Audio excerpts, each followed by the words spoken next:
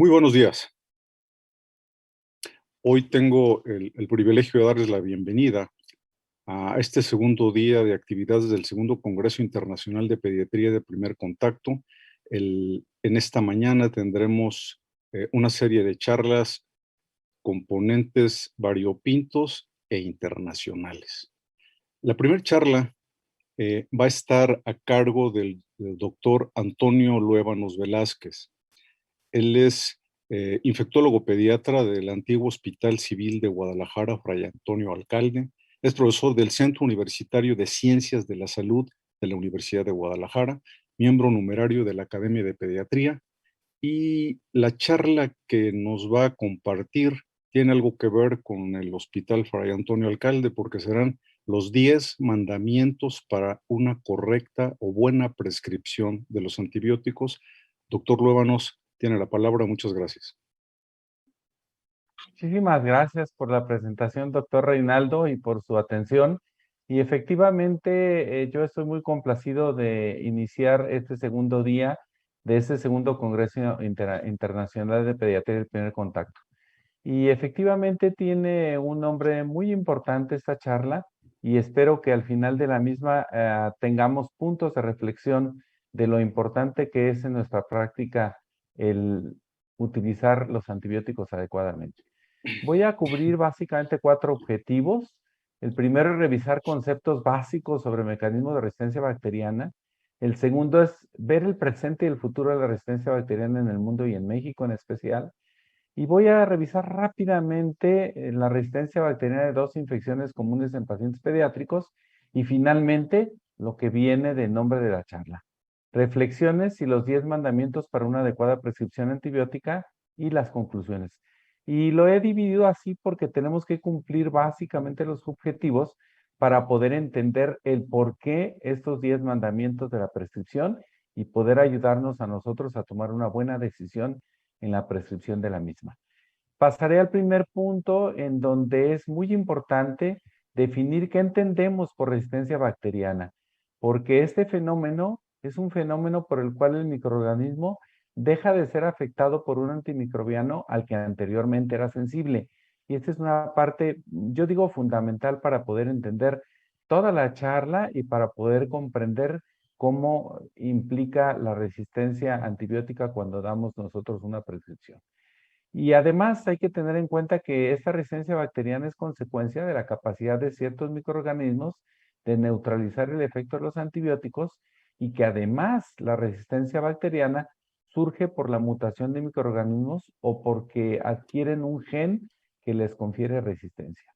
En la imagen que ven ustedes a un lado es solamente para recordar que cada antibiótico que nosotros damos tiene un sitio de acción, pero además hay una clasificación de antibióticos, la cual sirve para saber qué tipo de antibiótico damos y qué estamos pensando cómo va a actuar en el germen que nosotros queremos dar o en el blanco, por decirlo así, para quitar o erradicar la infección. Por otra parte, debemos de recordar que hay una población bacteriana normal. Cuando damos un tratamiento antibiótico, hay sobrevivientes naturales de esta bacteria y como consecuencia, a través del tiempo puede haber una resistencia bacteriana derivada del tratamiento que dimos, de la capacidad que tiene la bacteria para sobrevivir y, por supuesto, para poder seguirse perpetuando como un germen patógeno.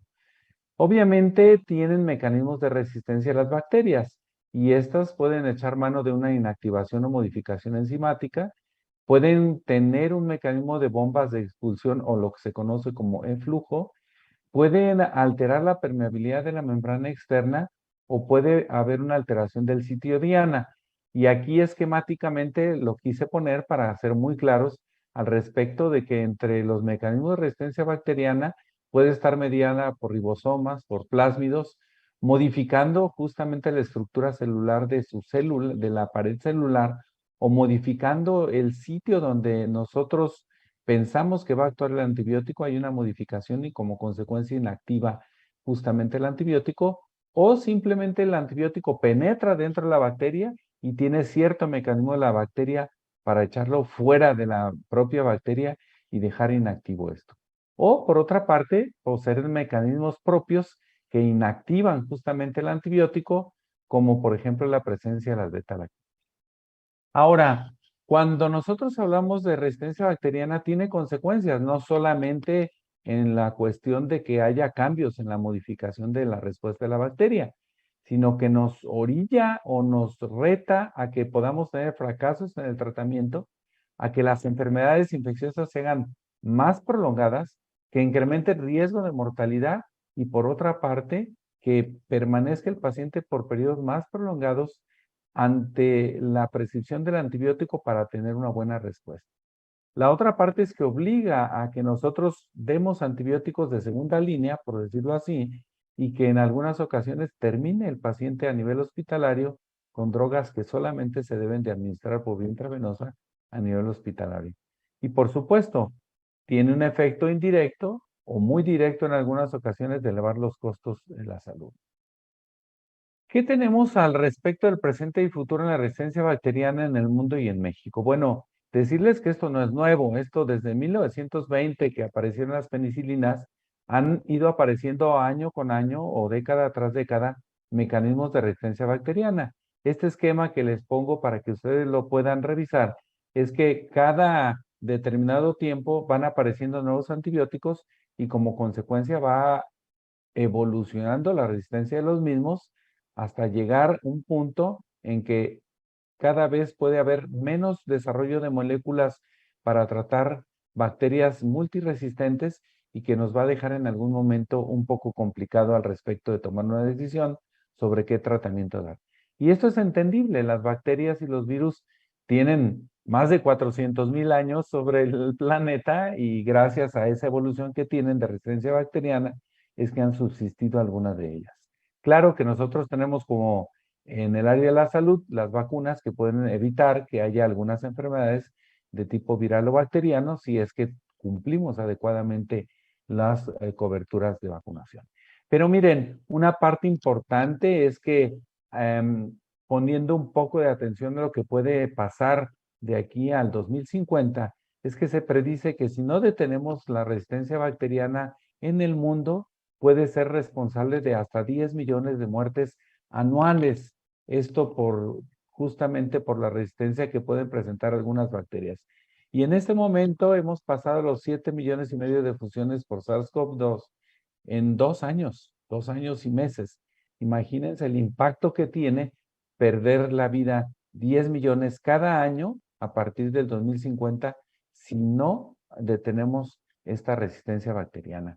Y la Organización Mundial de la Salud, vigilante y como rectora de los comunicados que se debe hacer en función de muchas áreas de la salud, pero en especialmente aquellas que requieran de una alerta en el mundo, bueno, nos ha manifestado desde el 2017 esta lista en donde clasifica las bacterias como de prioridad crítica, como de prioridad elevada y como de prioridad media.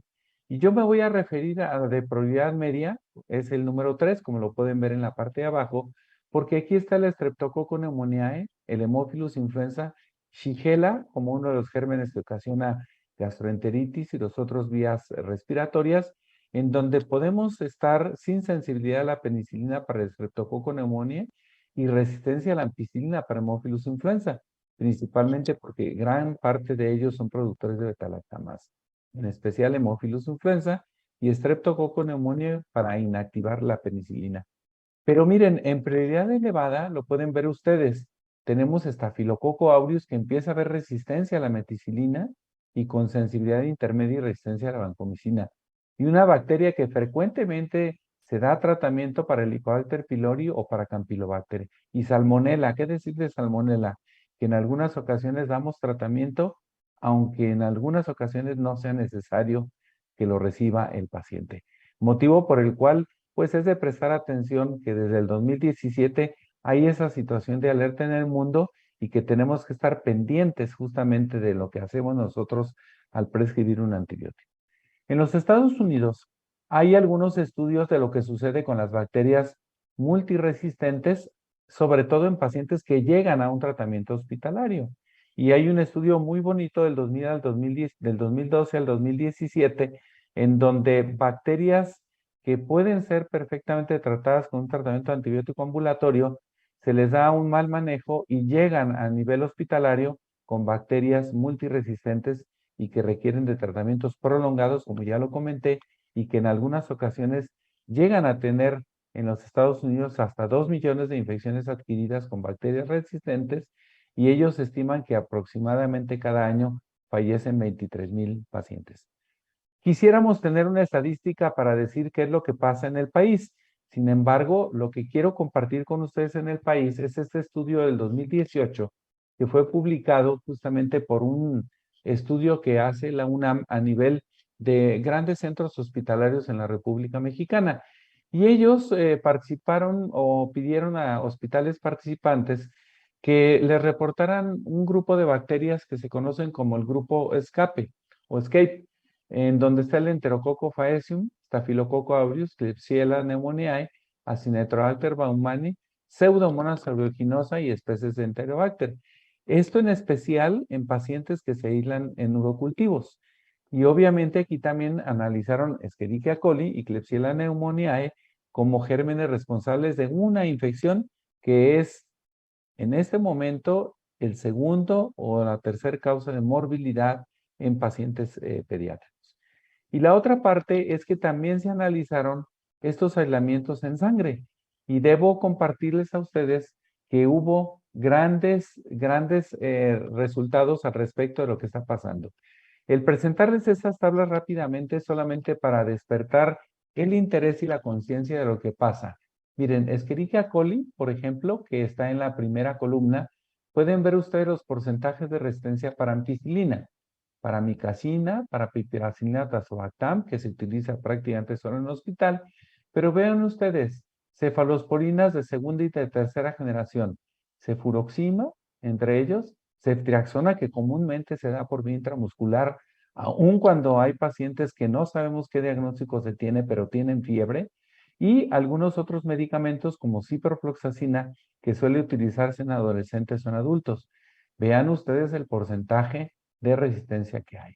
Así pudiéramos mencionar para Klebsiella pneumoniae, para Enterobacter cloacae y para Acinetobacter baumannii, que representan problemas muy serios de tratamiento, como pueden ver ustedes aquí los porcentajes de resistencia, todos por arriba del 50%. Y ahí es donde nos ponen un dilema, porque ¿qué tanto pudimos haber evitado el no dar algunos tratamientos antibióticos por vía oral antes de que el paciente sepamos qué susceptibilidad tiene la bacteria que tiene como responsable? Y vean aquí, en todos los hospitales, el Staphylococcus aureus a partir de hemocultivos. Obviamente, ustedes pueden decir, bueno, es que una infección por Staphylococcus aureus, pues tiene que tener algunas condiciones el paciente. Sí, pero Staphylococcus aureus es un germen que está en nuestra piel y que en algún momento puede convertirse como oportunista y generar infecciones muy severas. Vean ustedes el porcentaje. Para quinolonas, el 32%, o sea, ya es un antibiótico que no debería de utilizarse para tratar una infección por Staphylococcus aureus. Claro que en pediatría no es común que lo utilicemos, pero sí en adultos y que puede esto favorecer que haya alguna resistencia bacteriana también en pacientes pediátricos. Y por otra parte, vean ustedes, trimethoprim sulfonatoxazol, que es un antibiótico que por alguna razón se utiliza para infecciones del tracto gastrointestinal o de vías urinarias con una resistencia del 12% solo para Staphylococcus aureus. Pero cuando lo comparamos para Escherichia coli, tenemos una resistencia muy alta. Ahora, esto es en urocultivos y comentarles que para Escherichia coli y para Klebsiella pneumoniae, a partir de urocultivos, me gustaría reflexionar al respecto. Ampicilina, 82% resistencia. Cefepime, que es una cefalosporina de tercera generación de uso hospitalario, el 49% resistencia. Cefotaxima, 49% resistencia. Vean esto, ceftriaxona, 49% resistencia para Escherichia coli. Y que parte de, en algunas ocasiones, de la prescripción médica, lo vemos, y más adelante voy a presentar una diapositiva, frecuentemente se hace ceftriaxona por 1, 2 o 3 días con tratamientos incompletos. La nitrofurantoína, una resistencia del 7%, y lo que les comentaba de trimethoprim sulfonetoxazol y de quinolonas. Vean el porcentaje tan alto de resistencia para infección de vías urinarias por Escherichia coli. Al igual se replica para Klebsiella pneumoniae. Entonces, esto nos va orillando y nos va acercando a la reflexión que debemos de tener al respecto cuando prescribimos un antibiótico. Esta tabla, que es de multicolores, no me gusta mucho disecarla, pero aquí están incluidos todos los hospitales los cuales participaron. Son en total 3, 6, 9, 10 hospitales que participaron en este estudio, y debo decirles que el Hospital Civil de Guadalajara, donde yo trabajo, está en el rubro de la I o de la J. ¿Y qué significa tanto color que ven ustedes aquí? Es la cantidad de antibióticos que terminamos utilizando para el tratamiento de infecciones que ocasionan una enfermedad febril importante y que en algunas ocasiones ocasiona sepsis en los pacientes o una urosepsis también en los pacientes. Esto es una parte importante porque invita a la reflexión. Nosotros somos un hospital universitario de enseñanza donde tenemos residentes, pero reflexionamos, bueno, está muy bien que sepan cuándo utilizar tal o cual número de antibióticos, pero por otra parte, cuando nos comparamos con otros hospitales que solamente utilizan 3, 4, 5 antibióticos, pues obviamente tenemos que actuar en consecuencia para disminuir la cantidad de antibióticos que se recetan. Ahora, ahora en la pandemia han sucedido algunas cosas interesantes y es punto de reflexión el que hay este estudio por el mismo grupo que he presentado, lo de hospitales, en donde hacen reflexión a qué pasó durante la pandemia con la prescripción de antibióticos y con la resistencia bacteriana.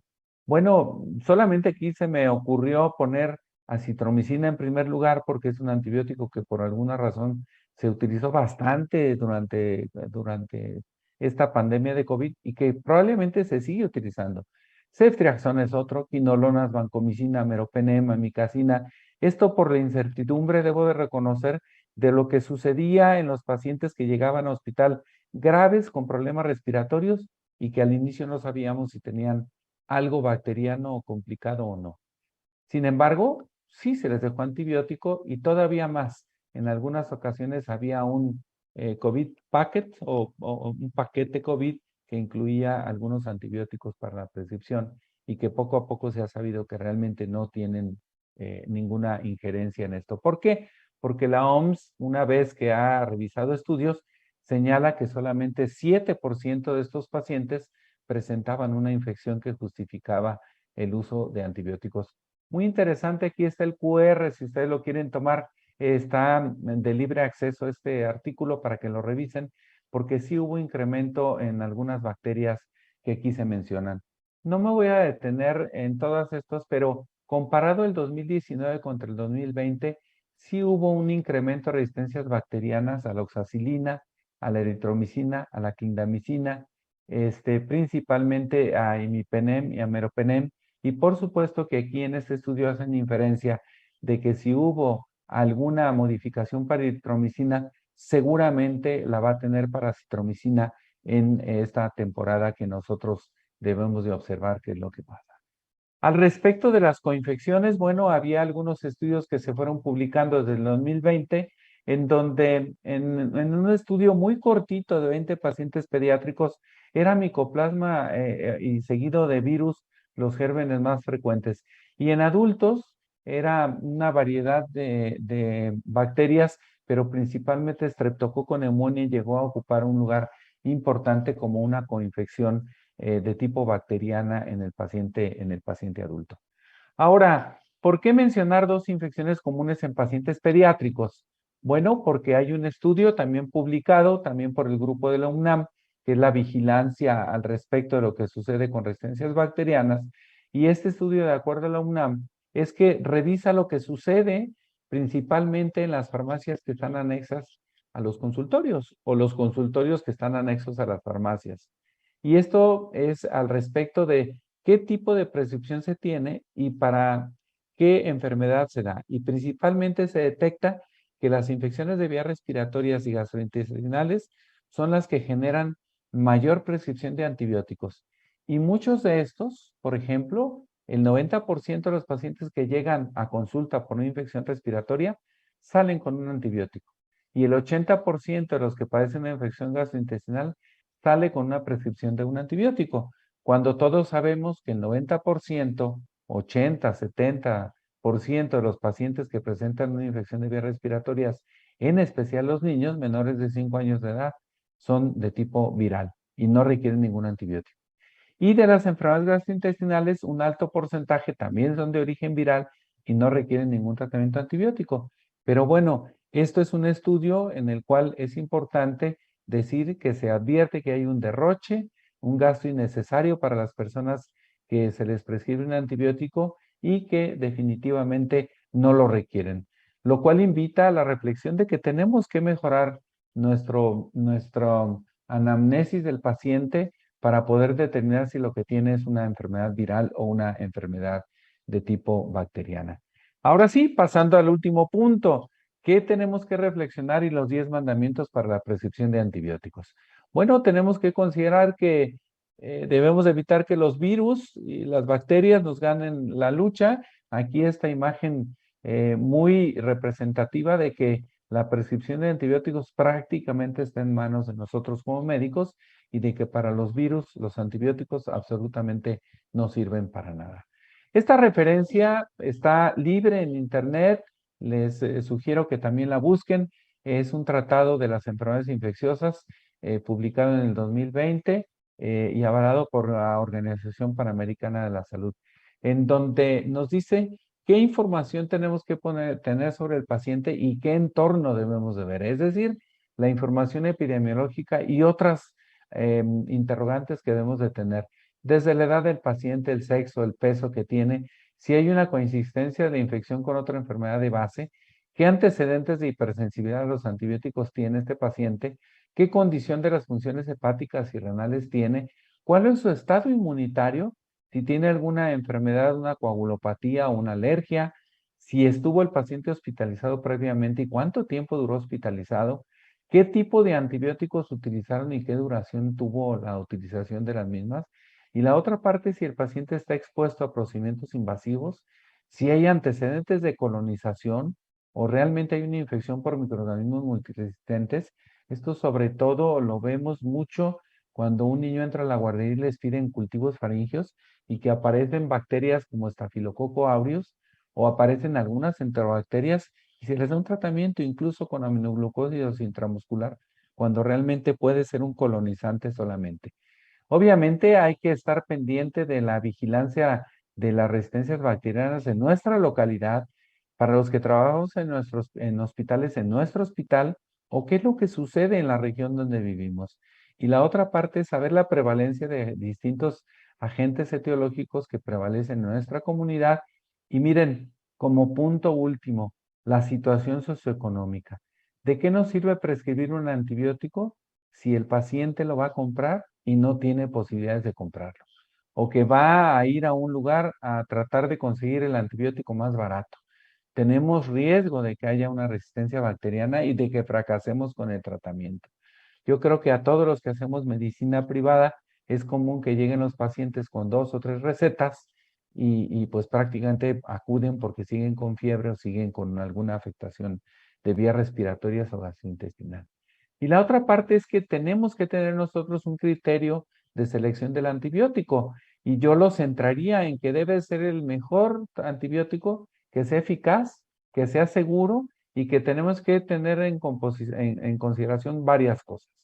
La composición del mismo, las características farmacológicas, que nosotros estemos seguros de dónde va a ir a actuar ese medicamento, porque si damos un antibiótico que actúa sobre pared bacteriana y resulta que la bacteria no tiene pared, pues obviamente vamos a chocar con el tratamiento y vamos a fracasar justamente en el tratamiento del mismo. Tenemos que conocer el espectro de acción, perdón, la dosis y la forma de administración. No siempre la forma de administración es la más cómoda para el paciente y se tiene que tratar de cumplir con los horarios establecidos de acuerdo a la farmacocinética que tiene cada antibiótico. ¿Qué efectos adversos tiene? ¿Qué potencial de inducción de resistencia se tiene? Como ya lo comenté, la epidemiología de nuestra localidad y los costos.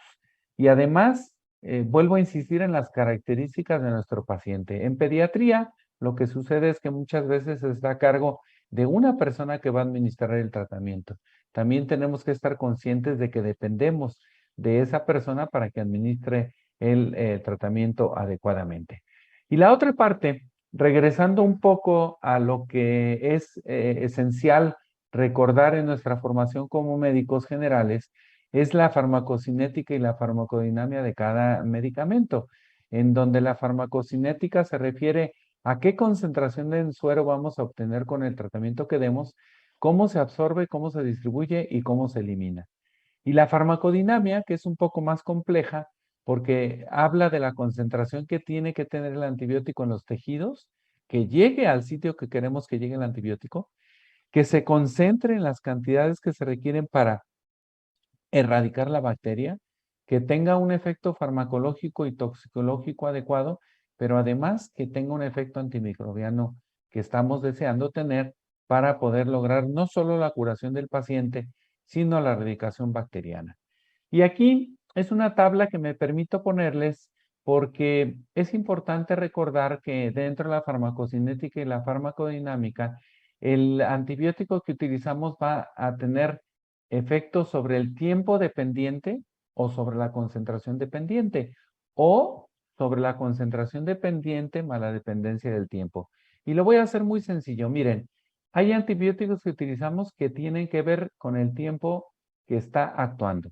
Y aquí tenemos principalmente los antibióticos que más se recetan en todo el mundo, los betalactámicos, ¿sí? También la claritromicina y la eritromicina. Y hay algunos que dependen de la concentración, como los aminoglucósidos, el metronidazol y algunas fluoroquinolonas. ¿Qué aplicación tiene esto? Bueno, la aplicación que tiene es, en definición, decirles que los fármacos dependientes de concentración son también conocidos como fármacos de patrón bactericida. Y en ellos, la mayor concentración de antibiótico está por arriba de la concentración inhibitoria mínima que aporta una mayor efectividad bactericida. Estos fármacos, su objetivo es tener concentraciones altas.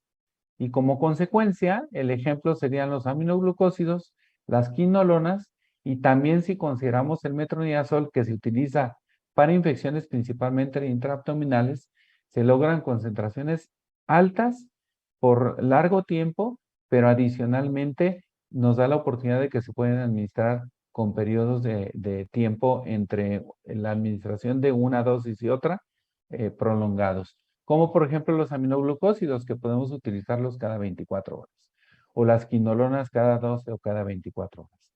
Y los fármacos que son dependientes del tiempo, que no requieren una gran concentración por encima de la concentración inhibitoria mínima, pero sí de un mayor tiempo de exposición por encima de esta concentración.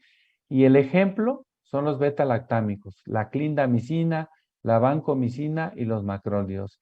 Estos medicamentos para pediatría es indispensable calcular la dosis ponderal y dándola en dosis fraccionadas, cada 6, cada 8 o cada 12 horas para que tengan su mejor efecto y poder nosotros lograr una cura y una erradicación bacteriana adecuada. Y finalmente, mencionar los 10 mandamientos del uso de antimicrobianos en la comunidad. Primer mandamiento, cuestionarnos, ¿es necesario dar antibióticos? Ok, si es necesario, tenemos que estar seguros de que el paciente va a comprender por qué le vamos a dar un antibiótico y lo que tiene que asumir de responsabilidad de cumplir el tratamiento. Segundo, para mí, debo seleccionar el fármaco adecuado para dar en el blanco y es mejor que disparar a ciegas, como por ejemplo, tiene fiebre el paciente, no sé qué tiene, pero le doy ceftriaxona para no fallarle. Bueno, caray, sí puedes fallar si la bacteria que tiene no es sensible a la ceftriaxona. 3.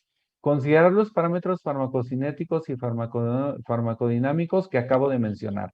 Cuando yo los seleccione, tengo que saber perfectamente dónde va a llegar, cuánto va a llegar y cada cuánto tiempo tengo que dar el medicamento.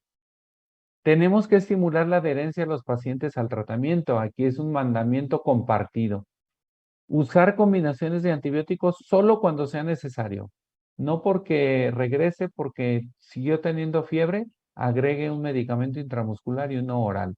No, tenemos que hacer una combinación solo cuando lo requiera. 6, evitar el uso de genéricos de baja calidad. Difícil saber cuáles son de baja calidad, pero obviamente lo ideal es saber qué medicamento recetar, dónde adquirirlo y tratar de evitar conseguir medicamentos por fuera de establecimientos perfectamente establecidos.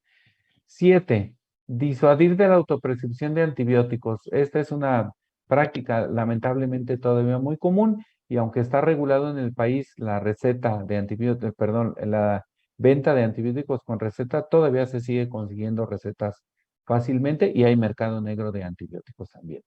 8, seguir solamente las guías bien documentadas, no es en ocurrencia, es en medicina de la evidencia para poder tener un buen resultado al respecto del tratamiento que demos en el paciente.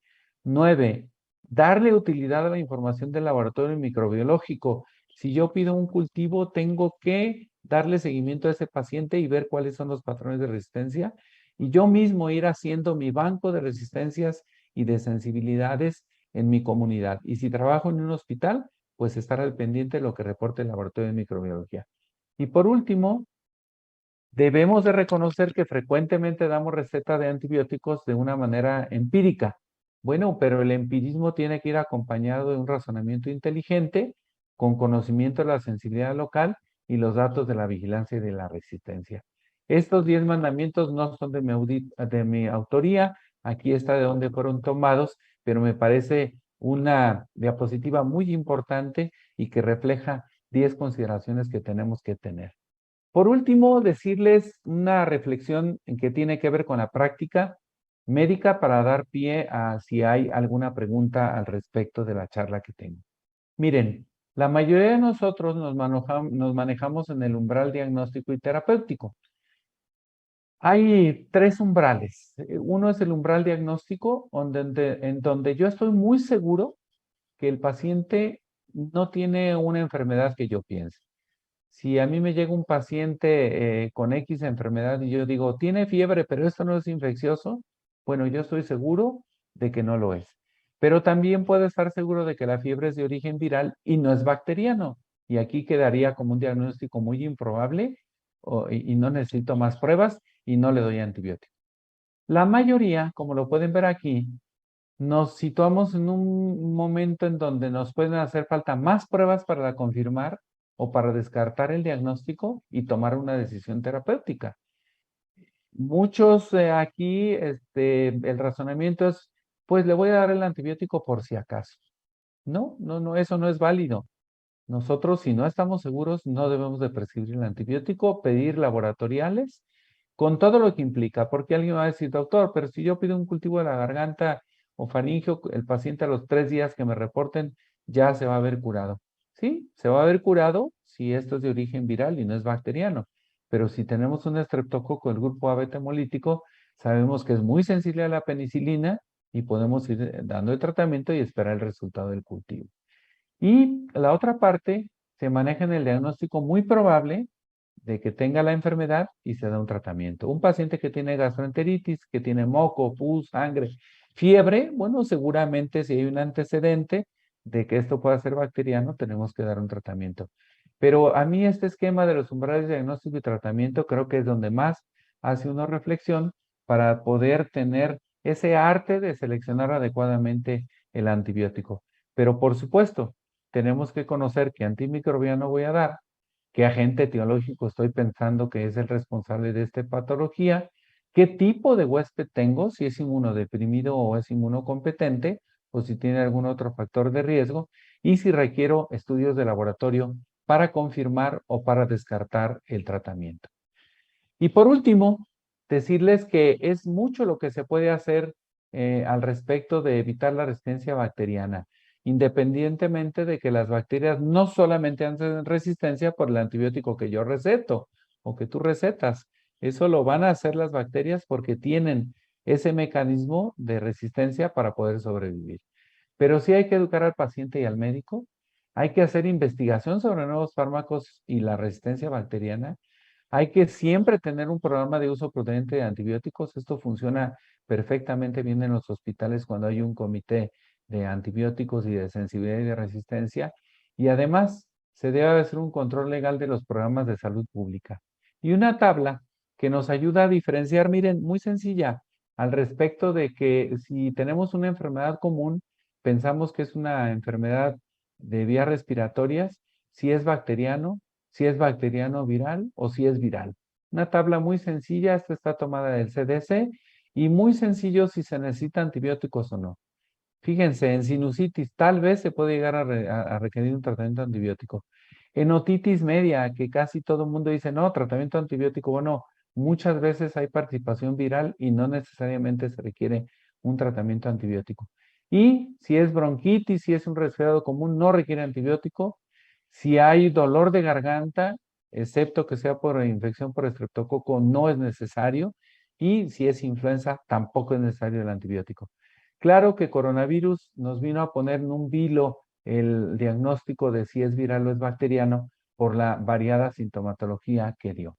Y por último, no es crítica, pero miren cómo hace difusión algunos laboratorios. Al correo, esto me llegó a mi correo, y dice así, nada se resiste a la potencia antibiótica de una cefalosporina de tercera generación intramuscular, ceftriaxona. Lista para usarse, nos destacan las ventajas de la jeringa, de la aguja, de los beneficios de que se desliza con precisión la sustancia y la aguja, el mínimo dolor que puede tener y lo anuncian en paquetes de 3 o de 5.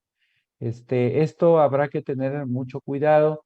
Finalmente, esto también debería de ser regulado por COFEPRIS al respecto de cómo envían la información al médico, porque lamentablemente en algunas ocasiones pensamos que una infección con una sola inyección o con dos o con tres se va a curar y puede ser que se cure, pero no necesariamente vamos a lograr una erradicación bacteriana adecuada en el paciente y vamos a favorecer algunas recaídas. Y además, sí podemos inducir que haya alguna resistencia bacteriana y el paciente tenga que llegar a tratamientos hospitalarios con antibióticos de mayor espectro.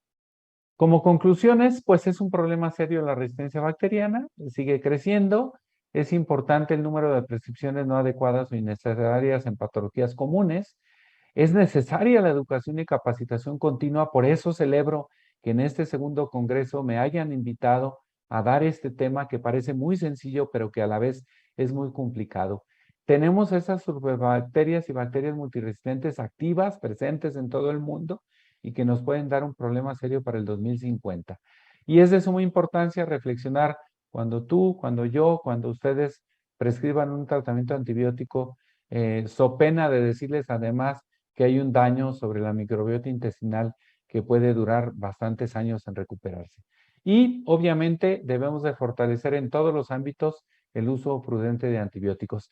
El año pasado, el lema para la Semana Mundial de Concientización de Antibióticos fue corre la voz, frena la resistencia a los antibióticos. Este año no tengo cuál va a ser el lema, pero sin duda esta semana se va a repetir del 18 al 24 de la Semana Mundial de Antibióticos.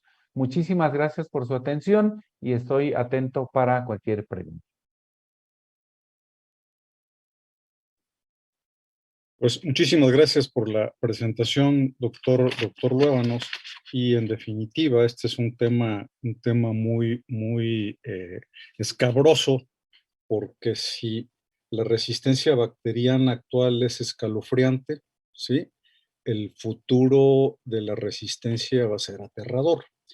Existen por ahí algunas preguntas en general, perdón, y podríamos resumir que esto el tema de la resistencia, de cómo frenarla, se refiere a un tema básico de educación. Yo pondría en primer lugar a los médicos y luego al paciente. O sea, primero hay que educar a los médicos para que luego ellos puedan reproducir eso, de frenar eso.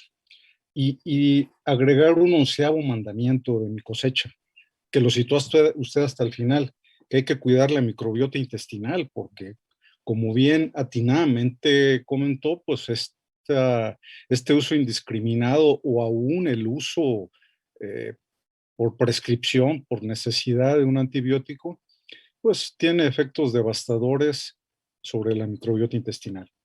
Eh, Hay un par de preguntas que quedan en el aire ahí, sobre todo en cuanto, cuándo tratar y cuándo no tratar la salmonela. Bueno, doctor, yo sé que usted es experto también en eso. Ojalá. Recordemos que le voy a decir que salmonela hay que tratar cuando se trata de salmonela tifi. Las gastroenteritis por salmonela es muy discutido y estoy seguro que usted lo sabe, porque cuando damos un tratamiento para una gastroenteritis por salmonela, que no es salmonela tifi, lo que podemos hacer es prolongar la presencia de salmonela en las vías biliares. Y entonces el paciente no va a mejorar, al contrario, va a empeorar.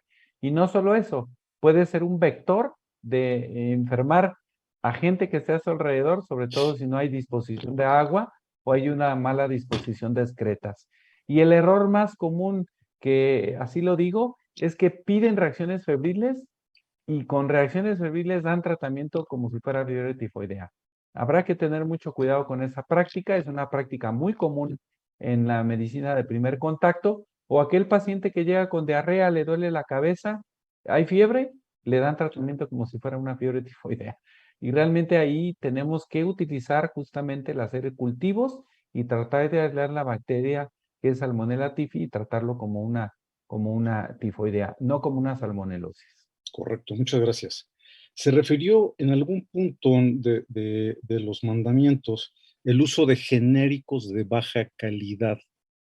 Estrictamente hablando, un genérico intercambiable, que sería un genérico, ese sería un genérico de calidad, o cuáles son los genéricos de baja calidad en México para identificarlos, porque hay patitos y hay Sí, estagancitos. definitivamente.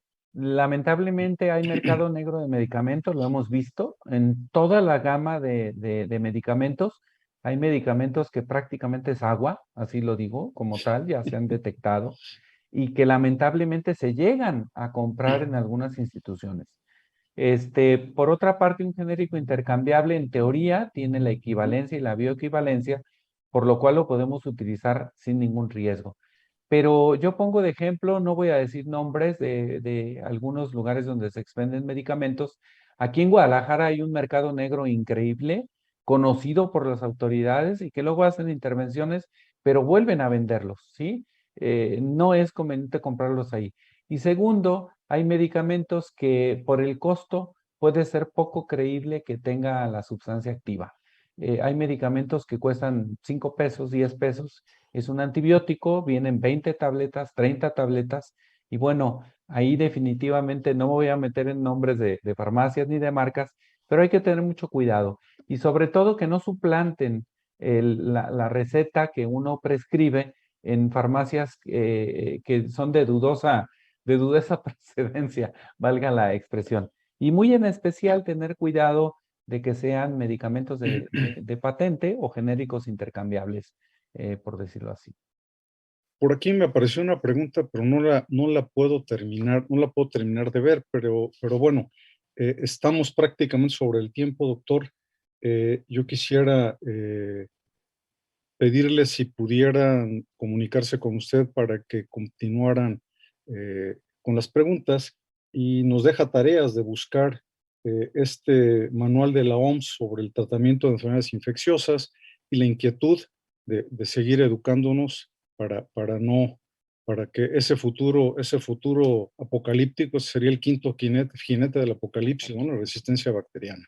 Pues yo agradezco infinito su presentación y daremos por terminada su charla para continuar con el programa. Muchas gracias, buen Muchas día. gracias, doctor. Un gusto saludarle. Igualmente a todos. Igualmente. Hasta luego.